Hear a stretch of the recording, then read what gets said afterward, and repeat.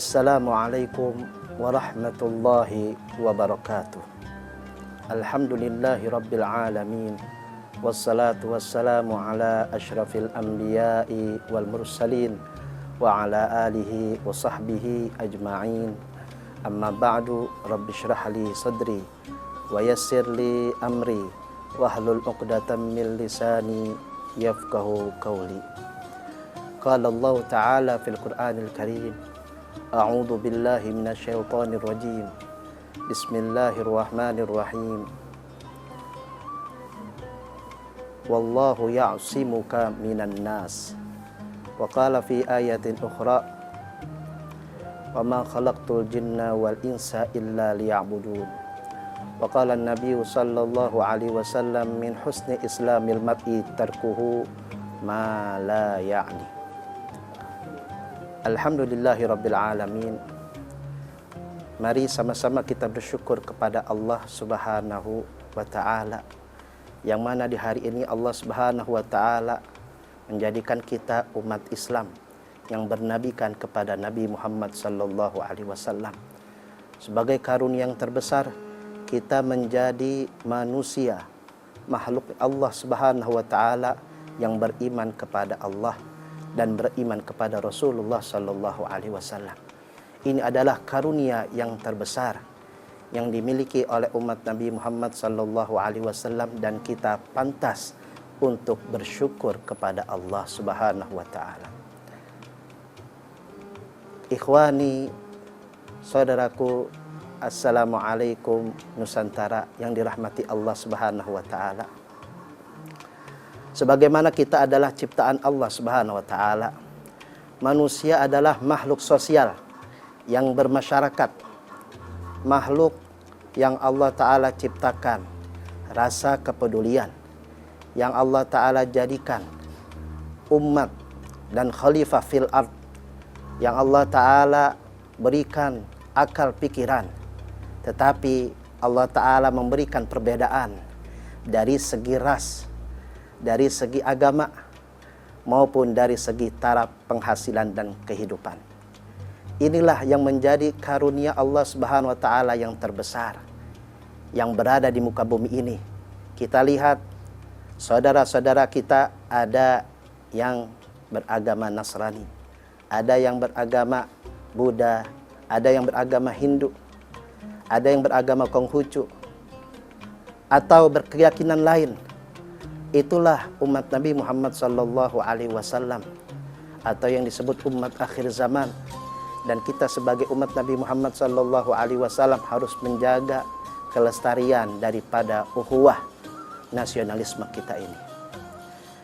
Ikhwani, saudaraku, assalamualaikum Nusantara yang dirahmati Allah subhanahu wa ta'ala. Ketika kita melihat saudara-saudara kita, ada yang beras, yang mempunyai ras berkulit hitam, yang mempunyai wajahnya berkulit putih. Ini adalah karunia yang terbesar, yang berwarna-warni, yang dimiliki oleh hamba makhluk Allah subhanahu wa ta'ala. Manakala kita mengetahui perbedaan dari satu ke yang lain, maka kita tidak boleh untuk mencela mereka, maka kita tidak boleh merendahkan mereka, maka kita tidak boleh membuli mereka. Allah subhanahu wa ta'ala nyatakan dalam surat Al-Hujurat, Allah subhanahu wa ta'ala katakan, dan aku ciptakan kamu sekalian dari laki-laki dan perempuan, dan kami jadikan kamu sekalian berbangsa-bangsa dan bersuku-suku. Agar apa? Lita'arafu, agar kita saling mengenal. Ini fungsinya, fungsi daripada keragaman ini adalah bagaimana kita saling mengenal. Kita mengenal ini teman kita yang beragama selain Islam. Kita mengenal teman kita yang berwajah hitam, yang berwajah putih. Kesemuanya adalah makhluk Allah subhanahu wa ta'ala. Kemudian manusia adalah makhluk yang Allah ta'ala jadikan makhluk yang bertuhan. Artinya makhluk yang harus mengikuti aturan Allah subhanahu wa ta'ala. Allah Ta'ala nyatakan dalam Al-Quran surat Al-Baqarah ayat 21, ya ayuhan nasu ubudu rabbakumul ladzi khalaqakum wal ladzina min qablikum la'allakum tattaqun. Wahai manusia, sembahlah Tuhan kamu sekalian yang telah menciptakan kamu sekalian dan telah menciptakan orang-orang sebelummu. Agar apa? Agar mendapatkan tujuan yang Allah Ta'ala berikan kepada kita, yaitu berupa ketakwaan. Puncak ketakwaan ini adalah satu hadiah dari Allah Subhanahu wa Ta'ala manakala kita bersujud kepadanya, manakala kita taat kepadanya, akan mendapatkan pahala ketakwaan yang besar di sisi Allah Subhanahu wa Ta'ala. Ketika kita menjadi makhluk Allah Subhanahu wa Ta'ala yang beriman kepada Allah, ketika kita mengetahui dan menyadari bahwasanya kita mempunyai saudara-saudara kita yang berbeda dalam ras dan agama, maka agama menyuruh kita untuk mempunyai rasa keadilan, mempunyai rasa kepribadian insan yang bertakwa di sisi Allah Subhanahu wa Ta'ala, mempunyai rasa kecintaan, saling menyayangi dan saling mengasihi. Rasulullah Sallallahu Alaihi Wasallam sifatkan kaum mukminin dalam sabdanya, hadis riwayat Imam Muslim, mathalul mu'minina fi tawaddihim wa ta'atufihim wa tarahumihim mathalul jasadi idza ishtaka minhu 'udwan tada'a sa'irul jasadi bis-sahri wal humma. Kata Nabi Sallallahu Alaihi Wasallam, perumpamaan kaum mukmin dalam sikap mencintai, mengasihi dan menyayangi, perumpamaannya bagaikan satu tubuh. Jika anggota tubuh lainnya merasakan sakit, maka sisa daripada anggota tubuh itu merasakan sakit pula. Inilah yang diminta oleh Rasulullah Sallallahu Alaihi Wasallam agar kita tidak menyakiti hati seorang muslim. Karena ketika engkau menyakiti hati seorang muslim, maka ibaratnya engkau menyakiti seluruh kaum muslimin. Ketika engkau menyenangi satu orang muslim, maka ibaratnya kamu menyenangi seluruh umat muslim.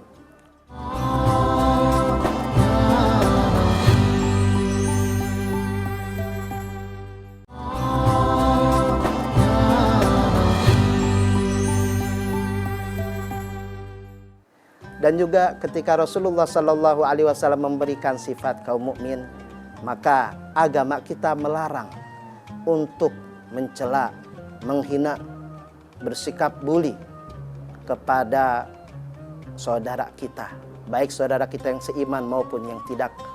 Dalam surat Al-Hujurat ayat 11, Allah Ta'ala nyatakan, ya ayyuhalladzina amanu la yaskhar qaumun min qaumin asa ayyakunu khairan minhum wala nisa'un min nisa'in asa ayyakunna khairan minhum wala talmizu anfusakum wala tanabazu bil alqab bi'sal ismul fusuq ba'dal iman wa man lam yatub faulaika humudz zalimun.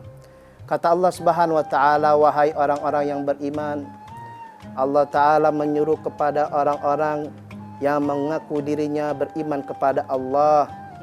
Apa seruan Allah Ta'ala? Janganlah suatu kaum mengolok-olok kepada kaum yang lainnya. Barangkali kaum yang diolok-olok itu lebih baik daripada kaum yang mengolok-olok. Dan janganlah seorang wanita mengolok wanita yang lain. Barangkali wanita yang diolok-olok lebih baik daripada wanita yang mengolok-olok. Ini adalah pesan ilahi kepada umat manusia agar siapapun dari rasnya, siapapun agamanya, hendaknya ia menghormati makhluk ciptaan Allah Subhanahu wa Ta'ala, menghormati nasib daripada makhluk Allah Subhanahu wa Ta'ala. Kemudian Allah Ta'ala berikan satu khusus daripada kalimat umum sebelumnya, yaitu wala talmizu anfusakum, dan janganlah kamu mencela satu sama lain. Wala tanabazu bil alqab, dan janganlah kamu memanggil dengan panggilan yang buruk. Ini adalah satu celaan yang Allah Ta'ala serukan kepada kita ketika kita memanggil saudara kita dengan kalimat yang tidak bagus. dengan kalimat mencela. Ini yang dimaksud dengan bullying yang sedang terjadi dan fenomenal di negara kita ini. Maka apa arti daripada bullying tersebut? Bullying adalah sikap menganiaya, sikap mencela, sikap menghina, yang mana dimasuk kategorikan oleh para ulama termasuk kategori zalim. Bullying adalah satu sikap perilaku yang agresif, diwujudkan dengan pemaksaan, di mana seseorang dipaksa untuk melakukan sesuatu hingga ia menuruti. Dan juga dengan kekerasan dan perkataan yang tidak sopan. Kalimat bullying ini mungkin di zaman now ini baru kita mengenal. Tetapi di dalam Al-Quran sudah mengenal kata bullying ini. Bahkan Allah Subhanahu wa Ta'ala jadikan ayat-ayat Al-Quran berisi penuh dengan larangan-larangan berbuat zalim, di antaranya bersikap bullying. Siapakah yang pertama kali melakukan bullying ini? Allah Subhanahu wa Ta'ala yang menceritakan iblis yang pertama kali berbuat bullying, menghina Nabi Adam ketika Allah Ta'ala ciptakan Nabi Adam dari tanah, dan sedangkan iblis diciptakan dari api. Lantas iblis tidak mau bersujud kepada Nabi Adam, dan ini diabadikan oleh Allah Subhanahu wa Ta'ala dalam surat Al-Baqarah, wa idh qulna lil malaikati isjudu li adama fasajadu illa iblisa aba wastakbara wa kana minal kafirin. Dan ketika kita berkata kepada para malaikat, sujudlah engkau kepada Nabi Adam, maka semua malaikat bersujud kepada Nabi Adam kecuali iblis.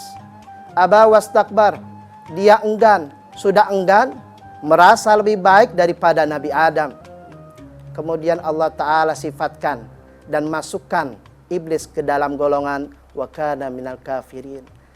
Iblis termasuk orang-orang yang kufur kepada Allah Subhanahu wa Ta'ala. Apa jawaban iblis? Di dalam surat Al-A'raf Allah Ta'ala ceritakan, qala ma mana'aka alla tasjuda id amartuk qala ana khairum minhu khalaqtani min narin wa khalaqtahu min tin. Berkata Allah Subhanahu wa Ta'ala dan bertanya kepada iblis, apa geranganmu ketika engkau enggan sujud kepada Nabi Adam? Apa yang dijawab oleh iblis? Khalaqtani min nar, engkau ciptakan aku dari api, wa khalaqtahu min tin, sedangkan engkau ciptakan ia dari tanah. Superior iblis inilah yang menjadikan dirinya membullying Nabi Adam. Maka itu penyebab bullying bukan dari kemarahan, tetapi bersumber dari superior, merasa lebih baik sehingga ia memiliki hak untuk mencela dan menghina selainnya.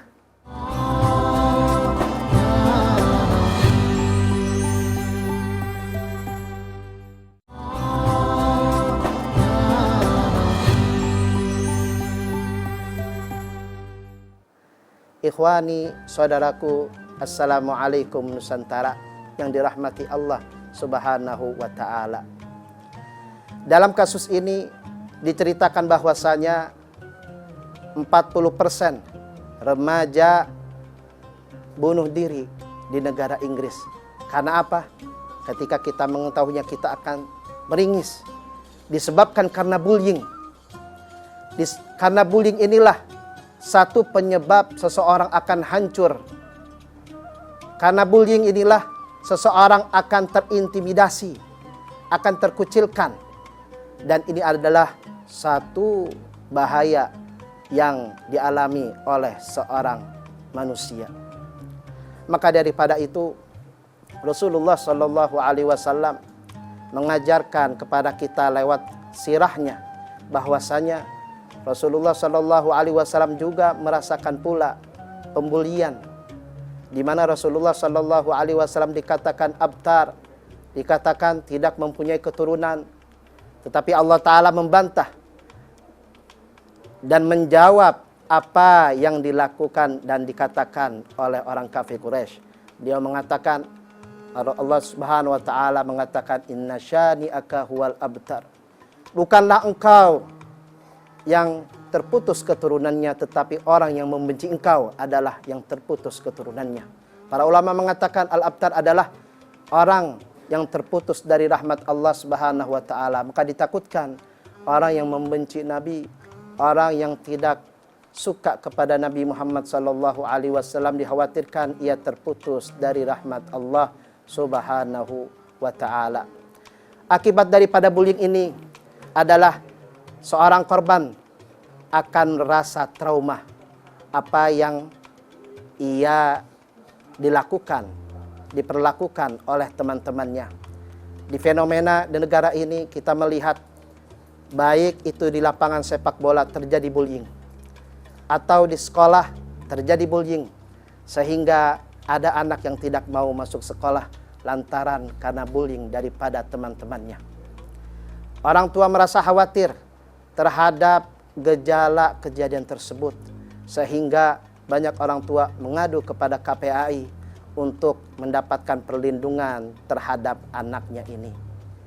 Dan juga ketika bullying terjadi di lingkungan kita, lingkungan yang penuh dengan keislaman, itu terjadi bullying. Ini adalah satu penyebab bahwasanya kita tidak mengaji, tidak mempelajari Al-Quranul Karim, tidak mempelajari hadis Nabi Sallallahu Alaihi Wasallam. Maka apa yang diajarkan oleh Rasulullah Sallallahu Alaihi Wasallam, hendaknya kita meneladani beliau, hendaknya kita mempelajari sirah beliau. Bahkan bukan hanya Rasulullah Sallallahu Alaihi Wasallam yang mendapatkan bullying, tetapi umatnya, para sahabat-sahabat Nabi mendapatkan bullying yang didapatkan dari kaum kafir Quraisy. Apa yang didapatkan oleh Nabi Sallallahu Alaihi Wasallam dan para sahabatnya tidak lebih besar daripada yang didapatkan oleh kita di zaman ini. Maka itu seorang ulama mengatakan, ketika orang membullying seseorang, hendaknya kita menjadikan diri kita seperti sumur yang dalam. Ketika ada orang menyambit atau melempar satu batu ke dalam sumur, kalau sumurnya itu dalam, maka gemercik daripada benturan batu itu tidak akan terdengar. Tetapi ketika airnya dangkal, maka akan terdengar. Maka jadilah engkau sumur yang dalam, sehingga engkau mampu mengatasi pembulian. Ikhwani, saudaraku, assalamualaikum Nusantara yang dirahmati Allah Subhanahu wa ta'ala. Bahaya bullying ini bisa mengakibatkan seseorang melahirkan satu rasa takabur, kesombongan di hadapan Allah Subhanahu wa ta'ala. Ketika ia mempunyai anugerah dan karunia yang Allah ta'ala berikan kepadanya, hingga ia bebas menghina temannya karena kefakirannya. Ketika ia diberikan oleh Allah Subhanahu wa ta'ala berupa kejamal, berupa kegantengan, cakap daripada komunikasinya dan fisiknya, maka ia seakan-akan berhak untuk menghina dan membuli saudaranya. Ketika Allah Ta'ala berikan karunia, suatu karunia yang tidak diberikan oleh orang lain, maka seakan-akan ia membuli saudaranya karena kekurangannya. Inilah yang harus dikhawatirkan bagi umat Nabi Muhammad Sallallahu Alaihi Wasallam, agar tidak berbesar diri, agar tidak membangga diri apa yang ia mampu atau apa yang ia lakukan, karena kesemuanya berasal dari karunia Allah Subhanahu wa ta'ala. Maka daripada itu, solusi yang terbaik adalah seorang korban yang dibuli, hendaknya ia tidak membalas bullying tersebut dengan satu kekerasan. Karena apa? Karena seorang pelaku ingin melihat orang yang dibuli ini melawan dengan kekerasan pula. Ketika seorang korban melawan dengan kekerasan, maka pelaku akan merasa senang bahwasanya bullying yang ia lakukan berhasil. Yang kedua, hendaknya seorang korban itu mengkonsultasikan perkaranya kepada yang ahli, bukan dipegang dan disimpan oleh dirinya saja. Dikhawatirkan seorang tersebut akan merasa depresi, merasakan satu kegamangan karena ia tidak mengungkapkan apa yang ia rasakan. Dan solusi selanjutnya adalah hendaknya ia selalu menyembah Allah Subhanahu wa taala, berzikir kepadanya, mencari ketenangan dalam zikir kepada Allah Subhanahu wa taala. Mudah-mudahan dalam kajian ini kita menjadi bijak bagaimana kita menjaga lisan kita, karena lisan kita akan diminta pertanggungjawaban oleh Allah Subhanahu wa taala, tsumma la tus'alunna yauma idzin 'anin na'im.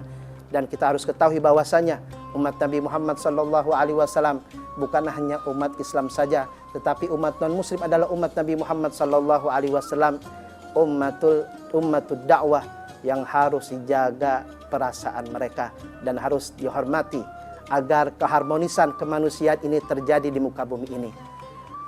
Saya ucapkan hasbunallah wa ni'mal wakil, ni'mal maula wa ni'man nasir, wala haula wala quwata illa billahil alil azim. Wassalamualaikum warahmatullahi wabarakatuh.